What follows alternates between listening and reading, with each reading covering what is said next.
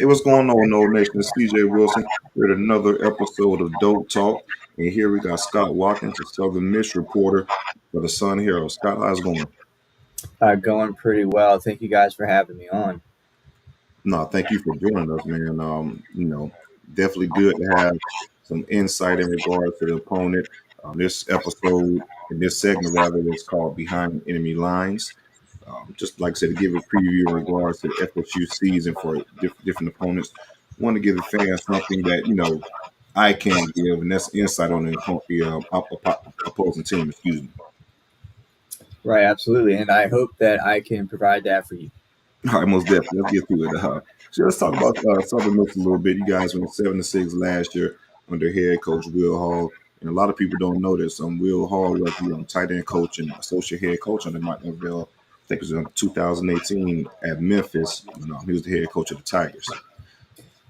Yep, they've known each other for a while. They've known of each other even longer than that. When Will Hall played college ball at North Alabama, I think Mike Norvell was playing ball at UCA at the same time. So I think they ran across each other back then too. So these two coaches know each other. They've known each other for a while. I know Will Hall has a ton of respect for Mike Norvell, having worked for him, of course. So this game just feels like a long time coming, and it feels like these are the right two coaches for this meeting as well.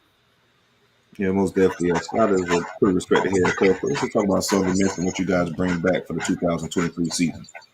Yeah, a majority of the offensive returns from last year. The biggest difference, of course, is the quarterback position. If you're not aware of how this Will Hall rebuild has gone, it's been a little weird, a little crazy.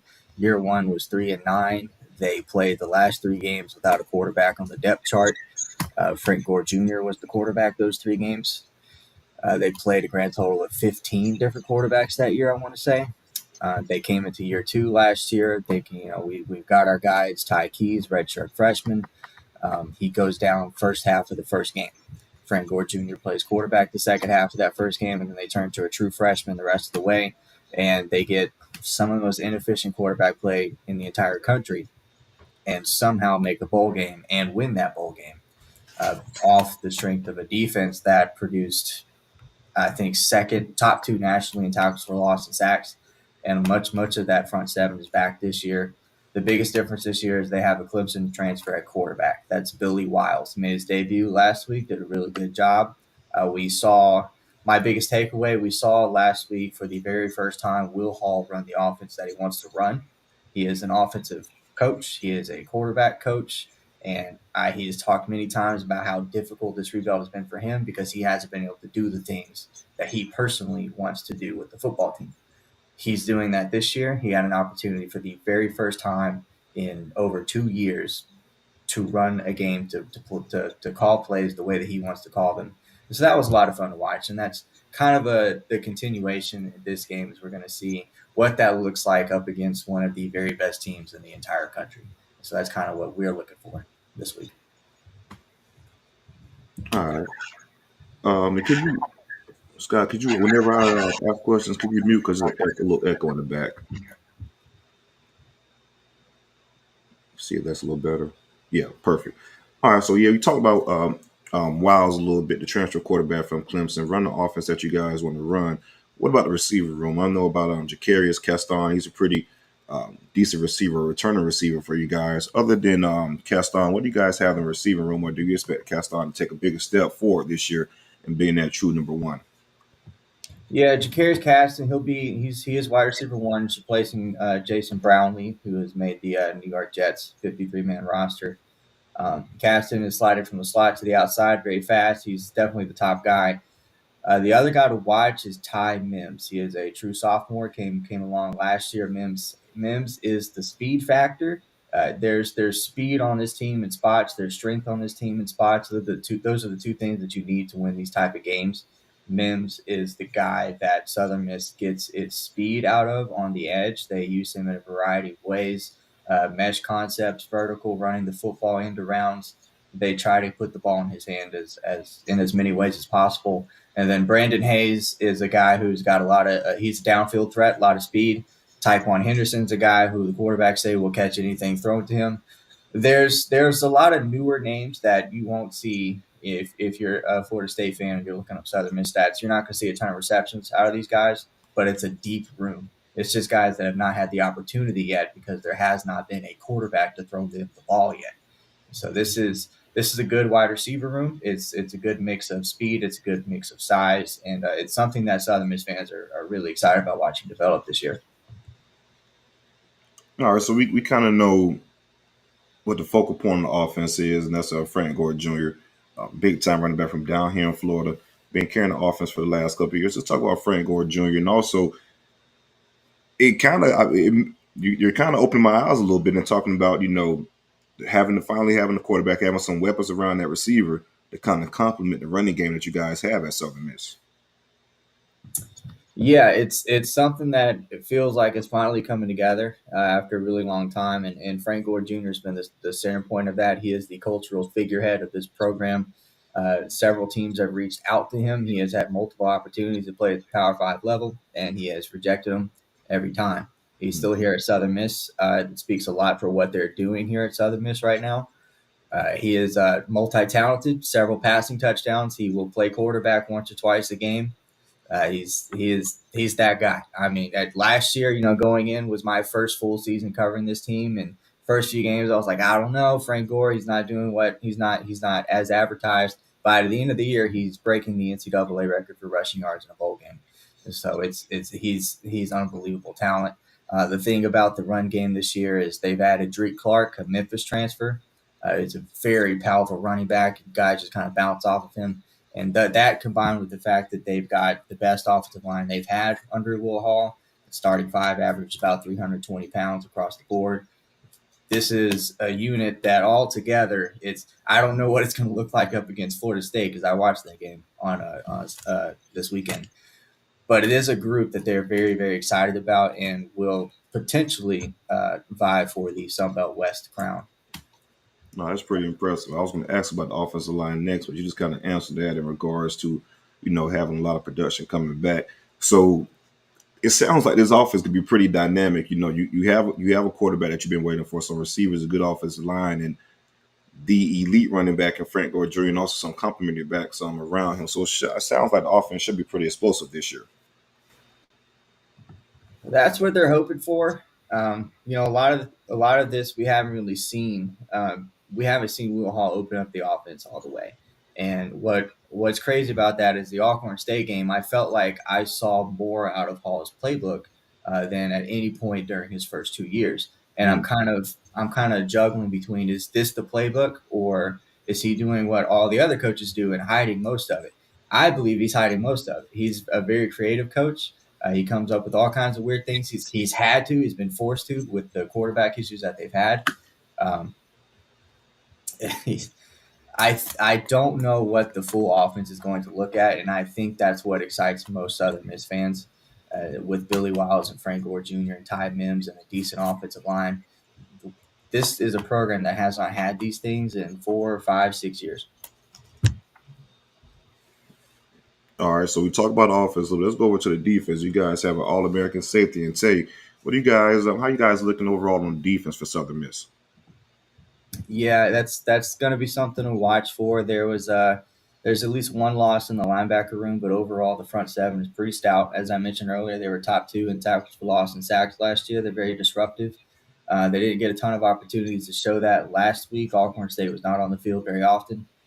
That all conference safety, Jay Stanley, had two interceptions and a third pass breakup in I'm that sorry, game. Jay Stanley. My apologies, not Tay. Sorry. No, but safeties are very good with Stanley and Mississippi State transfer Dylan Lawrence, a very physical boundary safety. Uh, those are the type of guys that give Southern Miss a chance in these type of opportunities. They come from Power Five schools. They were 3, 4, 5 star, not 5 star, but they're 4 star players. The defense is solid. I want to see more out of it. The linebacker room is a little thinner than they'd like, but it's still across the two deep pretty strong. The corners are going to be the position group to watch. Mm. They are all they're all ex- they've been on the roster for a few years, but they have not played a lot. So that is going to be probably the weakness of this team this year. But there's hope that they're going to be good. There's definitely talent there. One of the guys was like the top JUCO corner in the country out of the class of 23. I want to say 22. So there's definitely a lot of talent in that room. They just have not played a lot. So that's probably something that I think Florida State is going to push. They were not challenged at all last week against Alcorn State. Alcorn State threw 2 picks in the first quarter and then just did not throw the ball again the rest of the game. So that's going to be something to watch for, I think, is how Southern Miss's corner is going to respond, going from Alcorn State to the speed of Florida State's wide receivers. Yeah, no disrespect to Alcorn, but that's a big difference in regards to 1 week to the next in regards to the receivers you'll be playing. What about the size of the corners? How what are they bigger physical type of corners or smaller quicker type of corners? I don't think any of them are really all that big, but they're not small either. They're all pretty decent size. So they're mid-sized sedans, I'd say. But they are not afraid of contact, and that's what they have preached. They have a long line of corners that will come up and play on the line of scrimmage. That's what this team wants to do. They're very aggressive in the front seven, so it's kind of something that they have to do on the outside. They don't shy away from it. They will bump and run, and they will play hard regardless of size. Gotcha. Let's speak a little bit about the season expectations. Guys have a lot of buzz coming to the season. What are your expectations for this Southern Miss team? So you guys can compete for the West. Do you feel like this team can take the next step and, like I said, compete for the West and possibly win the conference? It's going to be tough. This team won 7 games a year ago, and it's a lot better this year. But the schedule is just ridiculous. It is a monstrosity of a schedule. It's easily the toughest in the Sun Belt. Non-conferences, you have this game, but you also have Tulane next week, and then you have Mississippi State in November. And then the back half of the schedule is full of road games against some of the Sun Belt's toughest teams. And all of a sudden, the Texas State game now looks a lot harder than it did before after the Bobcats just beat Baylor. So Yeah. the expectation is this team wants to. The expectation for the program is they want to win a conference title.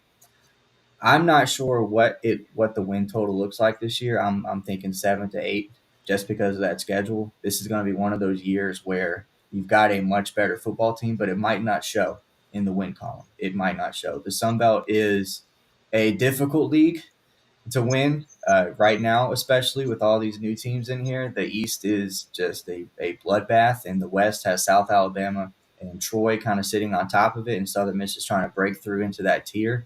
It's going to be an uphill battle for Southern Miss, but this is a very good football team, so it's going to be a very fun season. All right, let's talk about the defensive coordinator. I know you guys had to change defensive coordinator. Austin Armstrong was the defensive coordinator last year, moved on to the University of Florida. Was it a big change in the scheme in regards to what Southern Miss does for the defense? No, it won't be a big shift. They just promoted the safeties coach, Dan O'Brien, and he's still running with the safeties as well. They're not changing much. Maybe they've changed some things under the hood, but as far as what's perceptible, everything's kind of going to look the same to fans. They're going to be aggressive. That's what they want to do. They're going to stick to that and work that to their advantage. Let's speak about the matchup. How do you feel? How do you feel like Southern Miss stacks up against FSU? What do you think? Some things that Southern Miss could possibly do to be successful against FSU and things like that. I Tough know it may question. be Tough tough. question. I tend to agree with Will Hall when he talked on Tuesday. Now that's what I want to talk about as well too. My apologies for kind of cutting you off. I know the mute button a little bit, but that comment he stated about this being the best team since 2020 in Alabama, it kind of rung a lot of bells. Let's talk about that for a second. And your opinion on that as well. Yeah, well, he didn't say it was the best team since Alabama. He said it was the best team, including Alabama. This is the best Oh, team that he's coached against, period. And I feel like I believe him, especially after this weekend. He did say that Florida State on film doesn't look like they have any weaknesses at any point or any spot on the roster, and I think that I would agree. When he talked about the Alabama game, he did mention Alabama was working at the time with a younger offensive freshman quarterback, and this is not the situation at Florida State. This is a very experienced quarterback, a very old roster, a very veteran roster. This is the toughest challenge that he has faced at any point in his coaching career. But at the same time, he's excited about the opportunity, and he's excited about the opportunity to put Southern Miss back on the national stage, which is what this schedule is kind of all about for him, is just a ton of opportunities. And he's really glad that this is the football team he has to face those opportunities. And so I don't know how it's going to go on Saturday, but to me, the keys to winning these type of games are not to play fluke football, no trick plays. You want to play disciplined. You want to try and win the trenches as much as you can, win the perimeter as well, run the football and stay true to who you are. That's how, if Southern Miss is going to shock the world, that's how it's going to happen. All right, most definitely. Um, Last one, are you making it down, Scott? Are you going to come to the? Are you going to make the trip? I will not be able to make the trip. I have Friday night football the night before, so a bit of a turnaround for me. So will not, unfortunately, be able to make it to Tallahassee. All part of the job, right? All right, Scott. Give me your score prediction for the game. Okay, let's go with the clock changes kind of they changed predictions for me a little bit, especially after the first couple of weeks. There's not nearly as many possessions. Teams get out of games a lot quicker than they did before. Mm-hmm. So I'm going to go with 42 for Florida State, maybe 45. And then I'm going to go with 13 for Southern Miss. All right, perfect. Yeah, I was kind of around my score prediction. I had 48-10 in FSU's favor, um, or 45-10, just depending on the situation. I can see either or. But man, Scott, it's been a pleasure, man. Appreciate you coming on. You definitely gave some good insight. You got my attention, man. I want to after this game, pay close attention to Southern Miss and see how that offense looks. So with the quarterback and of course Frank Gore Jr. and these receivers you guys have. Yeah, I mean, it should be a lot of fun to watch. This is a team that's been begging to get back on this stage for a while. This is a game that a lot of fans are looking forward to. This is a lot of older fans, especially because this was a game Yeah, that yeah, was that's a history, right? pretty regular back in the previous century.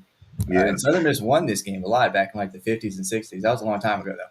But a lot of those fans are really excited about seeing this game happen again. yeah, because I remember Brett Favre coming to Doak Campbell Stadium and playing against Deion Sanders. I think Deion called a pick against Brett, and I think Brett went the first 2 years he lost his first two games against Florida State or something like that, and he won his last one down the stretch. That's what Southern Miss was pretty much like you said, playing those big type of teams and going on the road and trying to make a name for himself. But I definitely remember um, the Brett Favre coming to Doak Campbell State and playing against Deion Sanders and things like that. So that's a very good point. Yeah, I just saw those highlights for the first time this week as well, and I didn't even know how much history was in this series until very recently. So it's very cool to see, and I'm really excited about watching it. Most definitely. Well, Scott, it's been a pleasure, man. Let the people know where they can follow you at.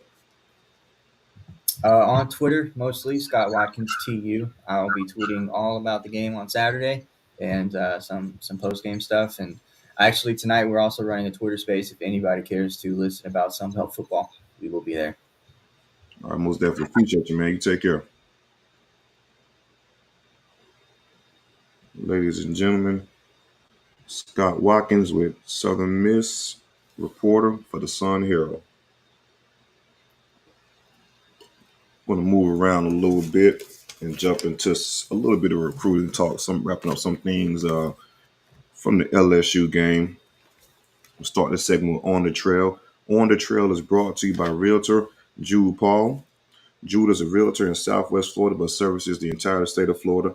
Um, He's willing to take any buy or sell on your home, and he's also willing to give 20% of the buy and sell back to you. So again, 20% of the proceeds of the buy and sell will be given back to you as a courtesy of Jude. And also, he's a big FSU fan, right? He's also willing to donate some proceeds to Battles In.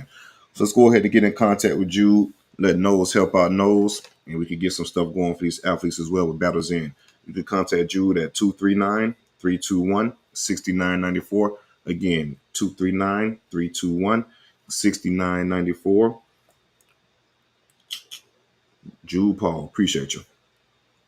All right, let's jump into some On the Trail talk. A couple of names I want to point out that was at the LSU game. The FSU is still pretty actively recruiting.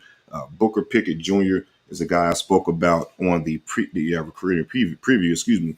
If you guys haven't checked that video out, make sure you do. And also, could you guys like this video and subscribe to the channel? Please like this video and subscribe to the channel. Those are world affairs for us and the show. Just getting our information out to FSU fans around the world who may be, like you guys and like this type of content. So make sure you guys like the video and subscribe to the channel. So I spoke briefly about Booker. The kid had he's very uber athletic, 6'3", 205 pounds. I think he could get up about 235 pounds if he gets in with cold storms. Uh, had over 30 sacks last year, but him and his family came down from the game, and his dad spoke a little bit about it. Said Florida State continues to be in his top five. He was impressed with what Coach Novell is doing there. It was an electric atmosphere. Obviously, they put the recruits right behind the band. You get the tomahawk chop, which was great for the environment. But overall, I think FSU is a good spot for Booker. And also, he did get some insight in regards to how FSU plans on using him. Playing off the edge, he said that we have guys that are a little leaner, and he could see himself fitting right into that scheme. If you look at Patrick Payton when he was recruited out of high school, he was around 205, 210 pounds as well. So that's something similar. And Pat Payton pretty much blew it around 255 to 260. So, but Pat Payton is 6'5". I don't think Booker could get to that weight, but again, if we get into the 235, 240 range, he can be very active and get you 8+ sacks in the SEC, ACC, excuse me, fairly easy. He also stated that Coach Adam Fuller is recruiting him very hard. This is a kid I did state earlier. He's taking his recruitment kind of slow. He hasn't taken any official visits as of yet, but I think FSU is in a very good spot for Pickett. And standing a good chance to probably land his commitment. We'll see how it plays out once the visits take place. But again, right now, FSU is currently in a pretty good spot. Let's stick with some Pickett's. DJ Pickett, the number one safety in the 2025 class out of Zephyr Hills, Florida. He was on campus as well. His dad also had a quick quote, excuse me. So it was a great atmosphere. It was great if you're an FSU guy. It was great if you're an LSU person, not so much. The atmosphere is pretty great. He also touched about how FSU is recruiting him. Most of the teams within the 2025 cycle that's on him pretty heavily. Even though he's the number one safety, they're recruiting him as corner. He also made a quote about FSU corner play, how aggressive they were, and they're also big and physical corners as well.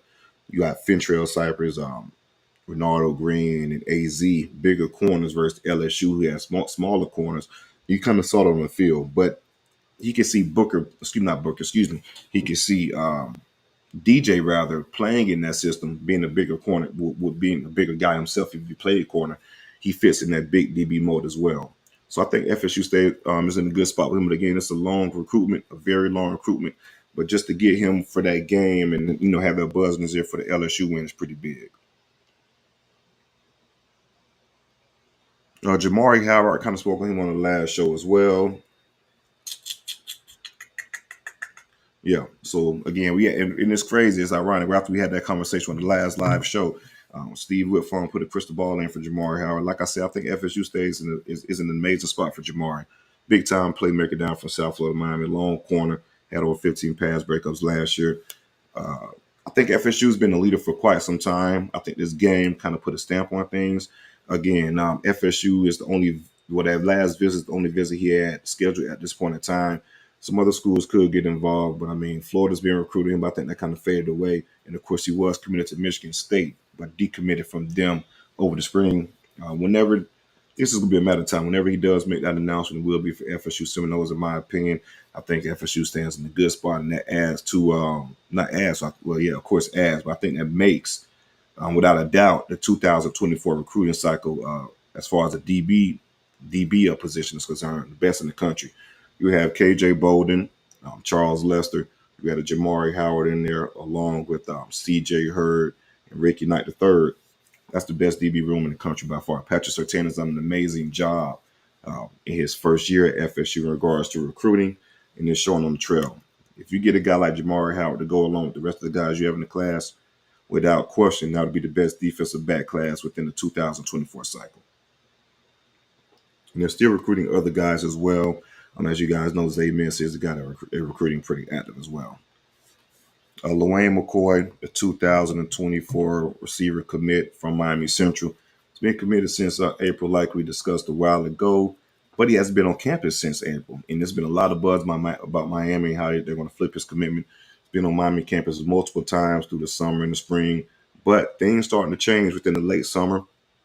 FSU started gaining back some momentum, came to the game, enjoyed himself, had a blast, saw the atmosphere, and I think they pretty much put the nail in the coffin for his recruitment as well. I do fully expect Wayne McCoy to stick with FSU within this class. It's crazy because if you asked me this a month ago, a month and a half ago, I would told you at that point in time, there's no chance. We're just kind of like a waiting game, just waiting for Wayne McCoy to go ahead and flip to Miami. So a crazy turn of events. FSU is in a great spot here with Wayne. I like this kid a lot, man. So to keep him within the class, that's a great thing for FSU. So shout out to Dugans, Randy Shannon, and the staff for doing their thing to hold on to this recruitment. Last little tidbit on recruiting that we want to talk about. Luke Krummelhoff. A lot of people was asking about the quarterback and how come he wasn't in Orlando for the LSU game. He had an early morning practice that on Labor Day, excuse me, so he wasn't able to make the game. But nonetheless, he had an event in his house, watched the game. I think it was like up to 200 people or so, something like that.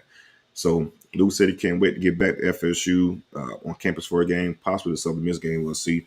But again, QB1 definitely is in the fold and doing a lot of good work recruiting as well. So no worries about Luke on why he wasn't at the game. Just had some, had to take care of practice and things like that. But still was a good representation of FSU hosting the game at home. Just going to wrap things up with recruiting. Going to jump into some callers if anybody want to jump in just to talk about the momentum from last week, the Southern Miss game, whatever you guys want to talk about. If we got anybody that want to join the show, so we're going to open up for some callers right now.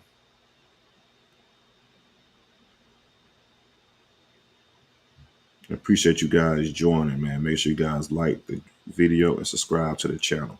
Appreciate all the love for real. I see a question that said, do we take Howard over Mincy?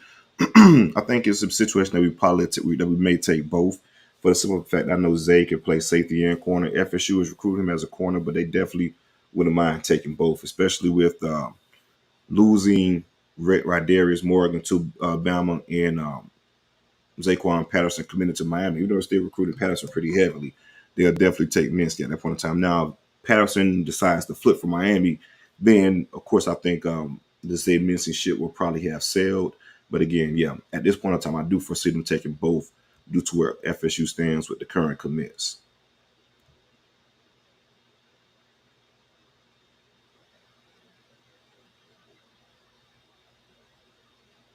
Thoughts on the stadium upgrade? We're going to put a video out there tomorrow. Appreciate you asking.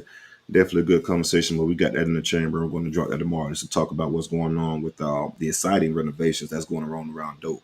I will say this: FSU is serious, man. They're damn so serious about being the program. Hey, what's up, man? You on? Hey, What's up? Talk to me. I just came on to say hey, let you know I'm proud of you. You got a nice platform. You're putting out good content. It's short, sweet, straight to the point, and I like it. You're doing great. Keep up the good work. I appreciate all the love, Go man. Noles. Go know. A lot of people don't know, man. You've been supporting me from the jump and kind of pushing me and motivating me in certain ways. So I appreciate you for sure. Make sure y'all like and subscribe. Share the video. Most definitely. Like and subscribe. Like and subscribe. All right. I will Appreciate holler. you. All right. But yeah, just to kind of piggyback on that, FSU is serious, folks, in regards to being a top flight program. You got the renovations for the stadium that we're going to talk about a little later. Well, have a video that comes out a little later, and also the standalone facility, things like that. So they're serious about the program and in the direction that we want to go. Mike Alford is for real. He's definitely for real.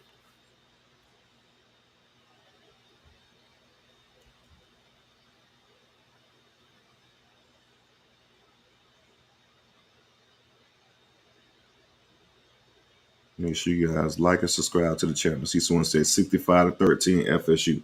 I like that. And one more thing I do want to touch on the Southern Miss game. I want to see a lot of backups get in and get some reps and see how they respond to playing and things like that. I want to see a lot of the younger players, a lot of the freshmen, redshirt freshmen, things like that. Just want to see our depth. We've been hearing a lot of good things. Yep, looking at the comments, we're still doing call-ins. If you do want to call in, hit the link in the comments in the description. But yeah, I want to see the younger guys, see how they look. I know we've been talking about how good they've been looking in practice and stuff like that. Now it's time to see in live bullets. So I do want to get a comfortable enough lead to where we can see a lot of people get some reps. Hakeem Williams, want to see Brock Glenn, AJ Duffy, things like that. Some of the younger guys, Edwin Joseph, Conrad Hussey.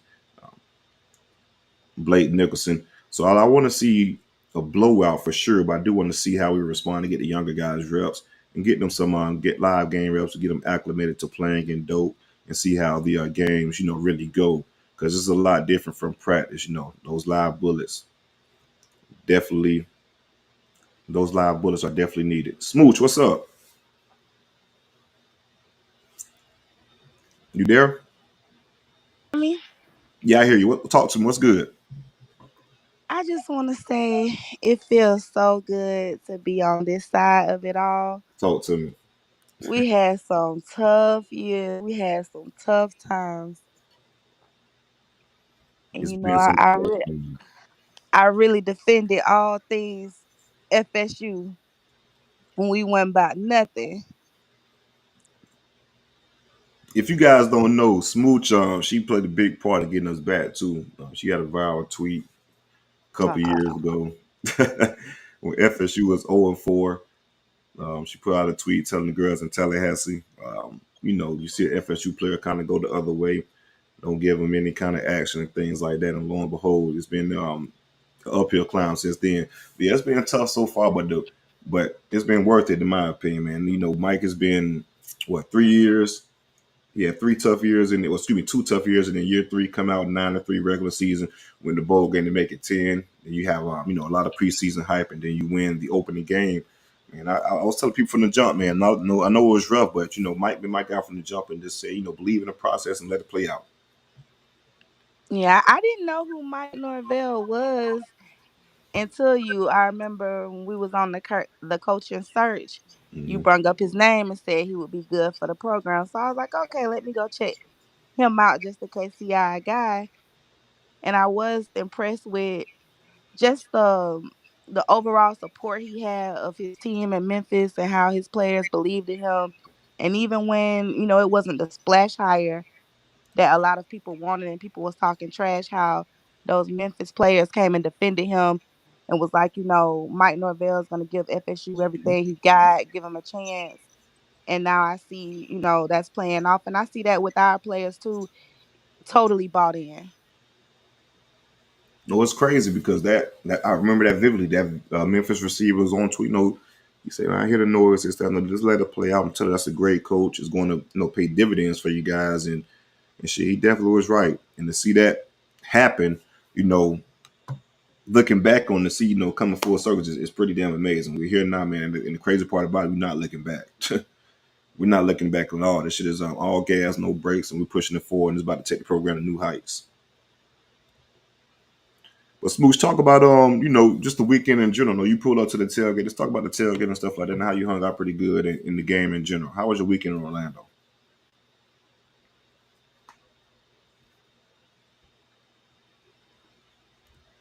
You there? Can you hear me? Yeah, yeah, yeah. Go ahead. Oh, okay. I said I had a good weekend. It was real fun being around everybody and being surrounded by so much love. Nobody is more of a fan than anybody else. Everybody diehard, love Florida State to death. Lots of food, lots of liquor. The only one complaint I have is with the DJ. He wait good until it's your part of the song and change it every single song. I definitely had that no doubt. He's probably going to be our DJ for the most of the big games we have. So I definitely let him know, man. Let it play out a little bit, man. People want to hear that part of the song for sure. Yeah, you can't just wait. I mean, he wait good until he get right on it. I mean, me and my girls about to hit our dance and skirt new song. Uh, I got you. I definitely pass that along. I'll take that complaint down and pass on to HR for sure. Yeah, pass that on to HR. But other than that, I wish it just would have been at another venue. It felt like we went from the penthouse to the projects. Man, I'm telling you, New Orleans. Now we talk about this online too, man. New Orleans was first class, man. I'm not a fan of Orlando in the stadium at all, but the Superdome itself was freaking beautiful. It was amazing. You was at the game with me. It was crazy. Mm-hmm. Felt like the Super Bowl, man. Then you go to Camping World Stadium. It's like you had a high school state championship. Right. And I mean, we live in Florida, so we didn't come for the Disney and Universal theatrics. We came from football. It was really cool after the New Orleans game, how we was able to walk the strip and people who were staying on the balcony could put their speakers outside and blare the war chant, and we just all, doing our chop. But do you have any information like moving forward with the Alabama series that's coming? I don't think that's gonna be played. I think we played the last of those series, the last of the series we had signed with Bama and Georgia and LSU. I think that was a wrap with this LSU game this weekend, especially with all this conference realignment stuff. I don't think those games get played at all because next year we got the Ireland game in 2024, so that's 2025 we're looking at. By that time, I think all of that stuff would be erased as far as those big opening day games and things like that. I think that'll be dead. Oh, I was looking forward to that, And I was especially looking forward with to it too because you remember way back when those games got announced, everybody we was trash and everybody complained about, oh, we got LSU, Bama, Georgia. We went 2-0 against LSU ass. So right. in them games at that point in time in those years would be real interesting with the guys we got coming in. But no, I don't expect them to be played, especially all this conference realignment stuff. Okay, Saban ain't getting no younger, so I just wanna, get him one time before he gone. Nah, I feel that for sure. I definitely feel that. Yeah, get him one time before you get up out of here. We got him that one time to open it up, man. We could have got him the last time to close it out, right? All right. Well, all right, y'all. I said my piece. I'll let somebody else get the floor. Thank you so much for what you're bringing to the fan base. I'm enjoying the content. Go Noles. Go knows, man. Appreciate the love. All right, guys. Make sure you guys like and subscribe. Anybody else want to join? We got the comment section. Excuse me. We got the link in the comment section. Let's talk for a little bit.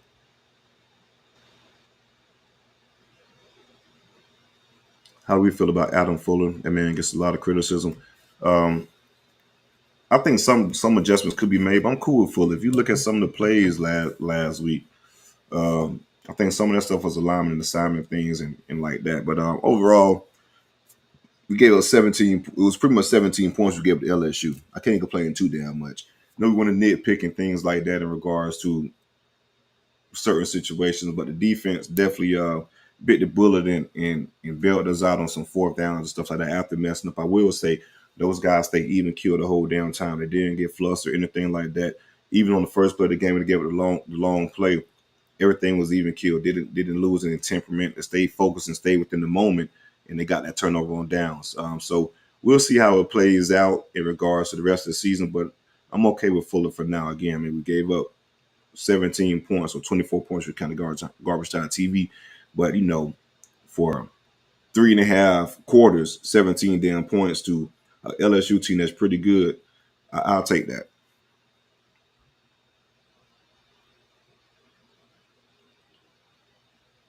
Yeah, I agree. Oh, they had a pretty damn good O line for LSU too, and I think that's probably the best offensive line we're going to face all year. And for our defensive line, that's another encouraging damn sign for our defensive line to do what they did against the LSU offensive line. You guys heard what Josh Farmer said that the offensive guard told, man, you guys are for real. The best D line we played, this, that, and other. For those guys to say that, that says a lot about our defensive line too. So that made me feel very good, moving forward about, how we stack up against the rest of the teams, because I don't foresee another team being as physical on the offensive line and probably the defensive line too as LSU. So again, I think our trenches pretty much stack up against anybody in the country in that regard. So that was definitely an encouraging sign of that game, just to see how the defensive line answered the bell against one of the better offensive lines in the country, and how our offensive line did against SEC defensive line. Granted, LSU had some injuries and things like that, but once we made that second half adjustment, I think we pretty much did what we wanted to on the offensive line. And they did have, I'm pretty sure they got tired a little bit with lack of depth at the same time, man. I'm still impressed with our O line and especially our defensive line playing against, what a lot of people tabbed as, one of the best offensive lines in the country. Their left tackle has a lot of praise and things like that. So hats off to the defensive line for answering the bell. Thoughts on the secondary? Yeah, I thought they played decent. We had a couple struggles in the first half. My main concern is just the deep balls that we kind of lost sight of. So the one with AZ, where he was looked like he lost sight of the receiver, kind of got behind him, and he dropped the pass. Other passes I'm okay with. That one slant that Fentrell Cypress almost gave up, that was dropped to, that could have been a big play. But here you got to understand, man, like Neighbors is an NFL receiver. LSU has a lot of damn talent in the receiver room. We're going to give us some plays. I mean, when you're playing against a team like LSU, athlete for athlete, you're going to give us some damn plays. And the plays we gave up in the secondary, I wasn't too upset. We're going to give us some, some slants, some hitches, things like that. It wasn't any really big explosive plays down the field for the secondary. It could have been some. Luckily, they were dropped. But other than those minor miscues in regards to locating receiver and stuff like that, I was pretty cool with uh, the secondary play overall. Yeah, we're going to give us some stuff, some slants, some hitches, things like when you're playing against guys to that caliber, you're going to give up a few things, but we didn't give up the big chunk plays. As Jalen Daniels only averaged like 9 yards per his completions, so damn good job by the secondary. Pat Surtain is going to do an amazing job coaching and recruiting. All right, anybody else want to join? We got a link in the comments. Let's go ahead and chop it up for a second. Again, like and subscribe to the channel. But if you guys want to join, go ahead and hit that comment section. Let's talk. Yeah, DJ Lundy looked amazing, putting a lot of work. Mike Norvell definitely highlighted him in the preseason, and it showed, man. So to have a three-man linebacker rotation of Lundy, Deloach, and Bethune, very good for us, man. And just to see the growth for Lundy over the years, man, yeah. Just to see the growth over Lundy over the years, it's been amazing. Hats off to the coaching job that Randy Shannon is doing, man. I like DJ Lundy a lot.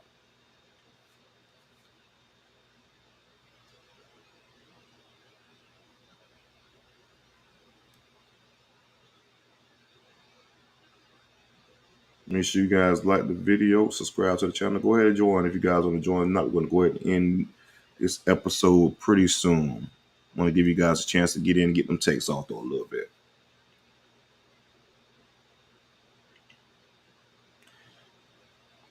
Shout out to Duarte Smith checking in from Brooklyn.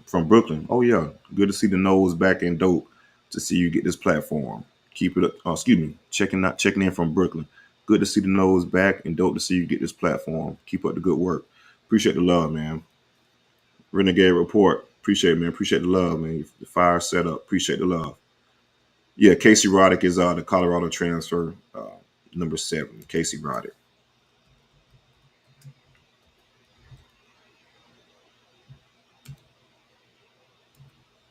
Number 70.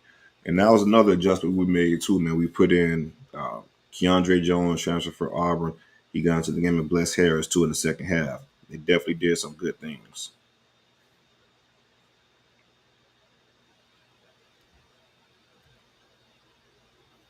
All right, guys, I want to go ahead and wrap up this episode. Again, appreciate you guys for joining us. Make sure you guys like and subscribe to the channel. It's been pretty good. Again, we got more content coming. Go Noles.